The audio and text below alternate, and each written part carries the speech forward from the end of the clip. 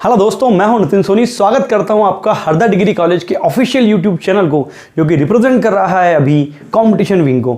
आज के वीडियो में हम न्यू एजुकेशन पॉलिसी, एक्चुअल में एजुकेशन है, खैर अभी तो एजुकेशन ही बोल लेते हैं। न्यू एजुकेशन पॉलिसी जो भी हुई है, मोदी कैबिनेट ने जो पास की, इस पर चर्चा करने वाले हैं। सवाल ये उठता है कि अभी तो 10+2 सिस्टम चल रहा था, तो ज़रूरत क्या पड़ी इसकी अचानक से कि भाई, क्योंकि अगर हम देखें तो पहली एजुकेशन पॉलिसी 1968 में, सेकंड 1986 में, इसमें कुछ चेंजेस भी हुए थे 1992 में। ठीक है, तो लगभग अगर हम ये वाली एजुकेशन पॉलिसी की बात करें तो ये पारित हुई है 2020 में, तो लगभग 34 वर्ष का समय।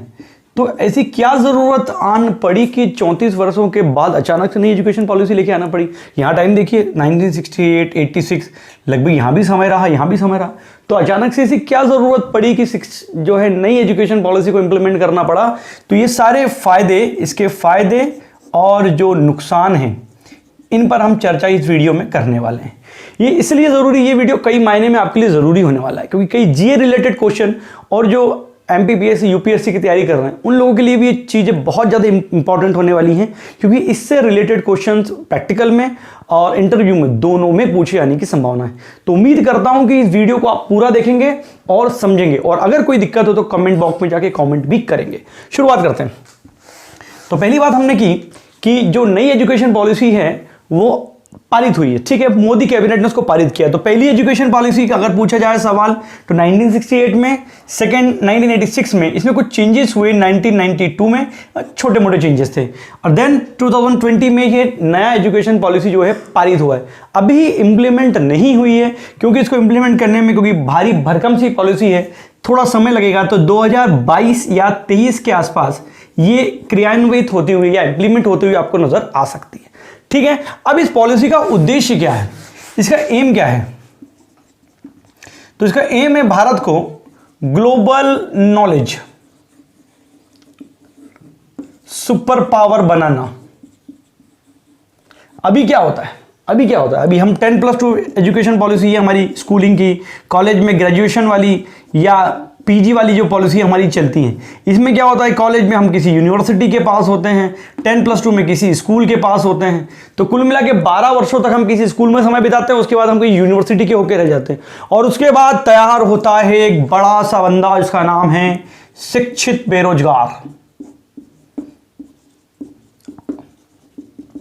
एक शिक्षित बेरोजगार, क्योंकि हमारी इस जो पुरानी पॉलिसी में है, हालांकि मैं पूरी तरीके से गलत भी नहीं कहूंगा, पर कई मामले में देखा जाए तो पढ़ लिख जाने के बाद बेरोजगारी, क्योंकि सारे बच्चे इस पॉलिसी के अंदर का जो एजुकेशन लेते हैं उसके बाद एक गवर्नमेंट जॉब को या किसी जॉब को देखने की कोशिश करते हैं, क्योंकि ये सही मायने में देखा जाए तो रोजगार उन्मुख शिक्षा ये नहीं थी, इसमें रोजगार वाले जो एक्सपेक्ट्स थे वो कम थे। तो इन सारी समस्याओं को समाधान करने के लिए नई एजुकेशन पॉलिसी को तैयार कराया गया। इसके लिए एक समिति बनी, समिति के अध्यक्ष थे कस्तूरी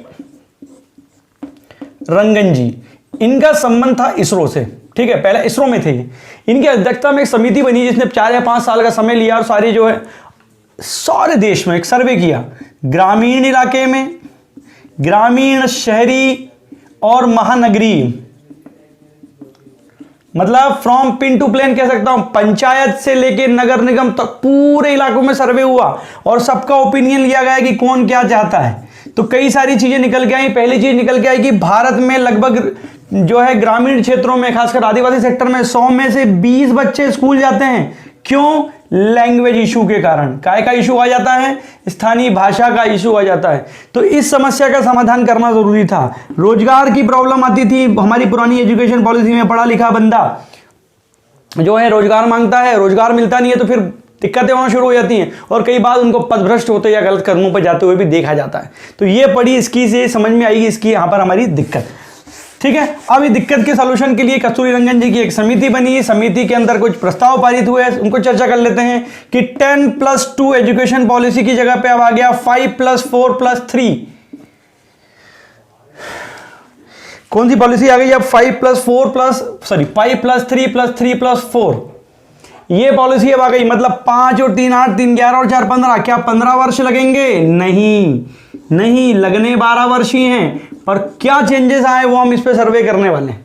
ठीक है, क्या पॉलिसी का नाम है? 5 धन 3 धन 3 धन 4, कुल मिला के 15 वर्ष नजर आते हैं, पर 15 वर्ष नहीं है, वो 12 वर्ष ही। कैसे वो मैं आपको समझाऊं। दूसरी बात, मिनिस्ट्री ऑफ, जो हमारी ह्यूमन रिसोर्स मिनिस्ट्री थी, ह्यूमन रिसोर्स एंड डेवलपमेंट, इसका नाम बदल दिया गया है, क्योंकि इसके अंदर पहले एजुकेशन आता था। मतलब आप समझ लीजिए कि एजुकेशन कितनी ज़्यादा प्रायोरिटी पे रखा जाता था, इसके अंदर एजुकेशन था, अब इसका नाम बदल दिया गया है। अब क्या बन गया ये? मिनिस्ट्री ऑफ एजुकेशन, मतलब ह्यूमन रिसोर्स डिपार्टमेंट का नाम बदल कर दिया गया है मिनिस्ट्री ऑफ एजुकेशन। और जीडीपी का लगभग 7% भाग, जो कि लगभग अभी 3 या 3.5% शिक्षा पे खर्च होता था, अब जीडीपी का 7% भाग जो है, अब सोचो इतने बड़े देश में अभी भी 3%, 3.5%, तो एजुकेशन अच्छा कैसे होगा। अब 7%, आपको बताते हुए मेरे को बड़ा अच्छा लग रहा है कि भूटान जैसा एक गरीब देश, दुनिया के सबसे गरीब देशों में जिसका नाम आता है, अपनी टोटल जीडीपी का लगभग 10% भाग जो है शिक्षा पे खर्च करता है। अब देखिए कहाँ हम स्टैंड कर रहे हैं, तभी तो हमारा एजुकेशन जो है लड़खड़ाता हुआ हमें नजर आता है। ठीक है, तो ये दिक्कतें थी, इनके समाधान के लिए चेंजेस उठाए गए। अब पॉलिसी क्या है ये देखिए, कुछ स्टेजेस में इसको डिवाइड किया गया है। सबसे पहली स्टेज आएगी आपकी फाउंडेशन स्टेज। अभी तक जो गवर्नमेंट स्कूल थे वहां पर फाउंडेशन के लिए कोई काम नहीं होता था, बच्चा स्कूल जाने में कतराता था। कई बार देखा होगा ना, बच्चों को पकड़ के स्कूल लेके जाया जाता था, मैं नहीं जा रहा। फाउंडेशन स्टेज बनाई, समय कितना दिया गया? 5 वर्ष। शुरू के 3 वर्ष कुछ नहीं करना है, शुरू के 3 वर्ष बच्चा आएगा और खेलेगा, सिर्फ खेलने का काम है। यहाँ पर लर्न बाय फन मेथड के थ्रू यहाँ पढ़ाया जाएगा, उसको खिलाया जाएगा, खेलने से उसका डर निकाला जाएगा, ताकि अगली सुबह स्कूल जाने के पीछे उसके पास एक कारण हो। यहाँ पर देखा आपने।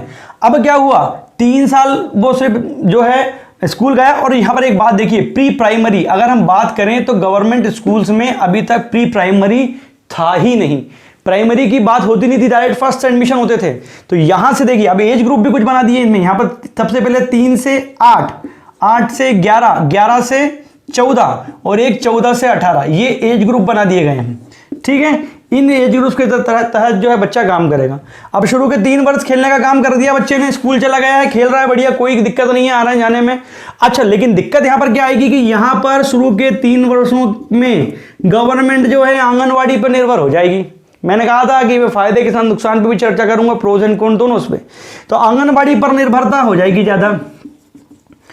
अब आंगनबाड़ी पर डिपेंड होने की दिक्कत क्या आएगी कि आंगनबाड़ी कार्यकर्ता वर्तमान स्थिति में इतने ज्यादा प्रशिक्षित और दक्ष नहीं है, तो इनको दक्षता दिलानी पड़ेगी। सरकार कह रही है कि इनको दक्षता दिलाएंगे, पर हाल ही में मतलब देखा जाए तो इतना आसान इसको नहीं कर सकता, तो यहां पर ये दिक्कत आ सकती है। अब 3 वर्ष तो जो है बच्चे ने खेलने में निकाल दिए, बाकी जो चौथा वर्ष था वहां पर आया वो फर्स्ट में, और अगले वर्ष में आया वो सेकंड में।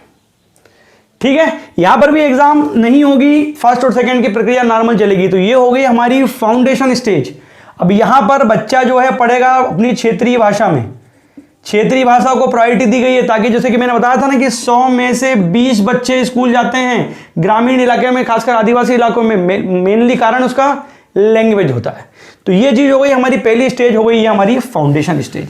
यहां पर हमने देखा कहां तक बच्चे ने पढ़ लिया था, फर्स्ट और सेकेंड बच्चा पढ़ चुका था। अगली स्टेज है हमारी प्रिपरेटरी स्टेज, प्रिपेरेटरी स्टेज। अब इस स्टेज में क्या होगा, अभी हमने देखा था फर्स्ट और सेकंड बंदा पढ़ चुका है, यहां पढ़ेगा थर्ड, फोर्थ और फिफ्थ, काय में पढ़ेगा क्षेत्रीय भाषाओं में। अब दिक्कत यहां पर यह आ सकती है कि अंग्रेजी से दूरी यहां पर उसकी बन रही है, और इसके दुष्परिणाम उसको शायद भोगने पड़ सकते हैं कि हम कितना भी कुछ कर लें, सारी लैंग्वेज अच्छी हैं, पर वर्तमान परिप्रेक्ष्य में अंग्रेजी की भूमिका को नजरअंदाज नहीं किया जा सकता, तो ये एक कमी वहां पर हो सकती है। ठीक है, अब क्षेत्रीय भाषाओं के साथ अगर इसमें अंग्रेजी को भी जो है शामिल कर दिया जाए तो और जो है कंडीशन ज्यादा अच्छी हो सकती है। तो ये देखिए हमने हमारी प्रिपरेटरी स्टेज, जिसमें बंदा क्या कर रहा है, क्षेत्रीय भाषाओं में पढ़ रहा है। ठीक है, अब हम अगली स्टेज की तरफ चलते हैं। अगली स्टेज जो हो गई हमारी, वो है हमारी मिडिल स्टेज, सबसे ज्यादा इंपॉर्टेंट स्टेजेस में से एक। यहां पर बंदा पढ़ेगा 6th, 7th और 8th। यहां पर क्या होगा, जो उसके सब्जेक्ट्स हैं, जैसे मैथ्स पढ़ रहा है, साइंस पढ़ रहा है, एसएसटी पढ़ रहा है, इनके साथ जो है वो कंप्यूटर, कोडिंग डिकोडिंग जैसी चीजें अभी हल्के स्तर पर पढ़ना शुरू करेगा। साथ में वोकेशनल ट्रेनिंग के सब्जेक्ट भी यहां पर ऐड होंगे। उससे क्या फायदा होगा कि बच्चे का इंटरेस्ट जागेगा। और जो मैंने वीडियो की शुरुआत में बात की थी कि हमारी पॉलिसी जो है शिक्षित बेरोजगार पैदा करती है, वो यहां से खत्म होने लग जाएंगे। अब जैसे बंदे को मान लो कारपेंटर बनना है, कारपेंट्री में उसका इंटरेस्ट है, तो एक सब्जेक्ट यहां से उसको चूज करके वो पढ़ सकता है। मतलब अपनी इच्छा के अनुसार रोजगारोन्मुख जो है वो चीजें यहां पर लेके पढ़ सकता है। साथ में यहां पर एक इंडियन लैंग्वेज को भी वो चुन सकता है। एक इंडियन लैंग्वेज को चुनने का अधिकार भी उसका होता है। तो ये थी हमारी मिडिल स्टेज। अब हम बात करते हैं स्कूलिंग की जो लास्ट स्टेज है, उस पर हम आते हैं। उस स्टेज का नाम है हमारा सेकेंडरी स्टेज। सेकेंडरी स्टेज यहां पर बंदा 9th 10th 11th और 12th को पढ़ेगा। अच्छा, एक बात और क्लियर कर दूं, कई लोगों के मन में है कि क्या 10th बोर्ड खत्म हो जाएगी, तो जवाब है नहीं। हाँ, ये कह सकते हैं कि ये 10th और 12th बोर्ड जो है वो बोर्ड एग्जाम्स जो हैं आप बहुत इजी हो जाएंगे, क्योंकि यहां पर बच्चा अपने जो है इच्छा के अनुसार सब्जेक्ट चूज करके लेवल उसका एवरेज या हाई दोनों रख सकता है, अपने हिसाब से चीज कर सकता है। अब होता क्या था कि बंदा अभी तक 9th और 10th पढ़ने के बाद 11th में जाके सब्जेक्ट चूज करता था। मान लो अगर पीसीएम लिया है, मतलब मैथ्स पढ़ना है, तो केमिस्ट्री और फिजिक्स पढ़ना पड़ेगा साथ में, या अब अगर मैथ्स से डर लगता है तो बायो लेना है। पर अब दिक्कत क्या आई कि मान लो किसी को बायोलॉजी पसंद है पर साथ में जो है उसको केमिस्ट्री नहीं पढ़ना है, या फिजिक्स केमिस्ट्री मैथ्स नहीं पढ़ना, उसको कॉमर्स के साथ ये पढ़ना है। तो ये चीजें पहले संभव नहीं थी। अब जैसे मेरा एग्जांपल लूं, मैंने 10th में मेरा फर्स्ट डिवीजन था।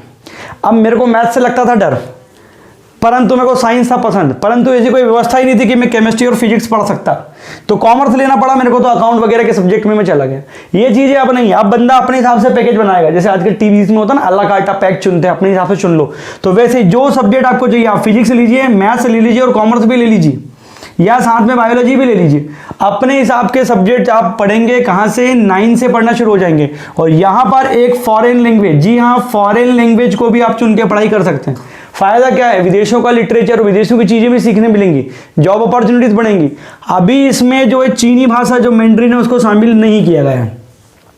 हालांकि चीन से हमारे संबंध अच्छे नहीं चल रहे हैं, शायद इस कारण से शामिल नहीं किया गया हो, पर मैं फिर भी कहूंगा कि शामिल होनी चाहिए थी, क्योंकि किसी भी देश को जानने का सबसे अच्छा तरीका होता है वहां का साहित्य, जो कि स्थानीय भाषाओं में लिखा गया होता है। हो सकता है भविष्य में गवर्नमेंट इस पर विचार करके इसको शामिल करे।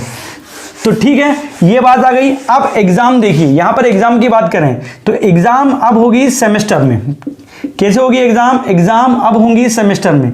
मतलब अगर 9, 10th, 11, 12th की बात करूं तो 4 साल, मतलब 2 सेमेस्टर 1 साल के, तो 8 हो जाएंगे हमारे सेमेस्टर। इससे क्या होगा, जो बचने में रटने की प्रवृत्ति थी वो अब कम होगी।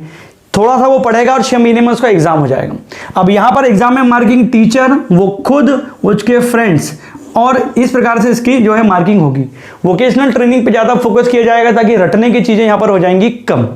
तो ये हुआ उसका स्कूलिंग। अब देखिए, अगर हम इसको तोड़ें तो शुरू के खेलने वाला समय हो गया, 2 साल ही हो गए हमारे काय के फर्स्ट सेकंड के, फिर ये 3 साल हो गए अपने के काय के third, fourth, fifth, 6th, 7th, 8th और 9th, 10th, 11th, 12th। तो कुल मिला के देखा जाए तो ये 12 साल ही हो रहे थे और हो भी रहे हैं। प्री प्राइमरी जो कि गवर्नमेंट सेक्टर में इन्वॉल्व नहीं था वो इन्वॉल्व हो गया है। मतलब अब बच्चा किसी स्कूल या यूनिवर्सिटी का ना होकर एजुकेशन का हो गया। अब बात करते हैं कॉलेज एजुकेशन की। कॉलेज में भी सेम प्रॉब्लम आती थी कि हम अलग अलग यूनिवर्सिटी से अलग अलग कोर्सेज करते थे। किसी ने किया बीकॉम तो समझ में आता है कॉमर्स का बंदा है, कॉमर्स फील्ड में जाएगा। किसी ने किया बीएससी तो मैथमेटिक्स का बंदा है। पर प्रॉब्लम वही थी कि किसी को कॉमर्स पसंद है और मैथ्स पसंद है तो क्या नहीं। अब सारे बंदे जो हैं सिर्फ ग्रेजुएट कहलाएंगे। अपने हिसाब से जो है सब्जेक्ट को चूज करेंगे, वो अपने हिसाब से सब्जेक्ट चूज करेंगे और लेवल चूज करके वो पढ़ाई कर सकते हैं। यहां पर क्या होगा फायदा कि बंदा अब सिर्फ ग्रेजुएट कहलाएगा। फर्स्ट ईयर में, सेकेंड ईयर में, पहले ईयर में उसको पास होने पे मिलेगा सर्टिफिकेट, सेकेंड ईयर पास करने पे मिलेगा डिप्लोमा, थर्ड ईयर में उसको मिलेगा डिग्री, और फोर्थ ईयर में आपका मिलेगा रिसर्च। ये पैकेज है। पहले क्या होता था कि मान लो फर्स्ट ईयर पढ़ाई की और किसी कारण से पढ़ाई छूट गई तो फिर आप डबल से पढ़ने गए तो फिर से दोबारा पढ़ो, कोई काम का नहीं है। फिर आप किसी को बता भी नहीं सकते कि मैं ड्रॉपर हूं, गलत बात। अब क्या है, आप डायरेक्ट बोलेंगे कि भैया सर्टिफिकेट है मतलब फर्स्ट ईयर पास है। अच्छा, अब एक सवाल पूछ सकते हैं कि सर नौकरी के फॉर्म कैसे भरेंगे, तो ग्रेजुएट माना जाएगा उस बंदे को जो कि जिसके पास डिग्री सर्टिफिकेट है। अब अगर बात करेंगे पीजी, तो पीजी 1 ईयर और 2nd ईयर दोनों की होगी, मतलब 2 साल और 1 साल दोनों की होगी। जिसने रिसर्च तक पढ़ा हुआ है वो 1 साल का पीजी रहेगा, और डिप्लोमा के बाद अगर पीजी करना है तो 2 इयर्स की वहां पर आपकी पीजी रहेगी। मार्किंग वही रहेगी, आपके प्रैक्टिकल मार्क्स, टीचर के मार्क्स, सेल्फ मार्क्स, और आपके फ्रेंड्स भी आपकी मार्किंग देंगे। कुल मिला के सारी मार्केट जो है मार्किंग एक्टिविटीज पे होगी, जिससे आपका रट्टू तोतेपना जो है कम हो। ये बात आपको समझ में आ गई होगी। सबसे बड़ा फायदा, आप सारे सब्जेक्ट में दक्ष होंगे और अपने इंटरेस्ट के सब्जेक्ट यहां पर आप पढ़ सकेंगे। इन सारी व्यवस्थाओं के लिए जो खासकर मैं अब स्कूलिंग की बात करें तो एनसीईआरटी को जो है पाठ्यक्रम निर्धारित करने के लिए, सिलेबस डिजाइन करने के लिए कहा गया। हालांकि इस प्रोसेस में थोड़ा समय लगेगा, पर जब एकीकृत स्कूल हो जाएंगे तो फायदा ये हो जाएगा, फी और बुक्स ये दोनों का क्राइटेरिया या इसका शुल्क जो है निश्चित हो जाएगा। अभी हर स्कूल मनमाना शुल्क वापरता है, किसी की प्राइमरी की फीस कुछ है, किसी की प्राइमरी की फीस कुछ है, ये अब नहीं होगा। दूसरी बात, बुक्स पे भी जो मनमानी चलती हैं वो भी अब कम हो जाएंगी, सिलेबस अपने हिसाब से रहेगा। और तीसरी सबसे महत्वपूर्ण बात कि अब रोजगार उन्मुख यानी कि एम्प्लॉयमेंट देने वाली शिक्षा जो है हमको मिलने वाली है, कि बंदा अब जो पढ़ रहा है उसको क्या फायदा होगा कि डायरेक्ट जो है रोजगार उससे उसको मिलने वाला है। तो ये थी हमारी एजुकेशन पॉलिसी, इसकी कुछ चीजें जिसमें आपने जाना कि 5+3+3+4 पैटर्न जो स्कूल में फॉलो करेंगे, यूजी पीजी में आप ग्रेजुएट बंदा कहलाने वाला है, और सारी चीजें वो पढ़ेगा जो कि उसको इंटरेस्ट की होंगी। स्कूल के भी सब्जेक्ट 9th आप 9th में ही चूज कर लेगा वो, जो कि 11th में करता था, और कॉलेज में अपने हिसाब से अलग कार्ड पैक बना के वो पढ़ाई कर सकता है। और उसके जो एग्जाम्स होंगे उसमें उसके प्रैक्टिकल, टीचर्स और सेल्फ खुद को क्या समझता है अपने मार्किंग इसको दे सकता है। कई सारे फायदे हैं, कुछ नुकसान भी मैंने आपको गिना दिए, जैसे कि लोकल लैंग्वेज चक्कर में कहीं इंग्लिश से पीछा ना छूट जाए हमारा। दूसरी बात, आंगनवाड़ी पर निर्भरता कुछ समझ में आ रही है, पर वो टाइमिंग चीजें उन पर सुधार किया जा सकता है। पॉलिसी अभी इंप्लीमेंट नहीं होगी, इसमें थोड़ा समय लगेगा, तो 2022 से 2023 में जो है इसके इंप्लीमेंट होने की संभावना है। पूरे देश में एकीकृत पाठ्यक्रम यहां पर लागू किया जाएगा। एक बात और यहां पर बताना चाहूंगा कि अब सरकार ने एमफिल जैसे कोर्सेज को कर दिया है खत्म, पीएचडी जारी रहेगी और समय रहेगा इसका 4 साल। ठीक है, तो ये चीजें हुई हमारी नई एजुकेशन पॉलिसी की। काफी चीजें मैंने कवर की, हालांकि बहुत लंबी चौड़ी पॉलिसी है, अगर हम चर्चा करें तो बहुत बड़ा विस्तार से इसमें चर्चा हो जाएगी, पर खास खास चीजें जो आपकी समझ में आई थी आपको मैंने समझा दी हैं। ये तीसरी मेजर जो है चेंजेस हुए हमारी एजुकेशन पॉलिसीज में। उम्मीद करता हूं वीडियो आपको पसंद आया होगा, थोड़ा लंबा वीडियो हो गया है, पर अगर पसंद आया तो लाइक, शेयर और सब्सक्राइब जरूर करें, और अभी तक चैनल को अगर जिन्होंने मतलब बेल आइकन नहीं दबाया वो जरूर दबा दें। बने रहिए, पढ़ते रहिए मेरे साथ। Thank you very much.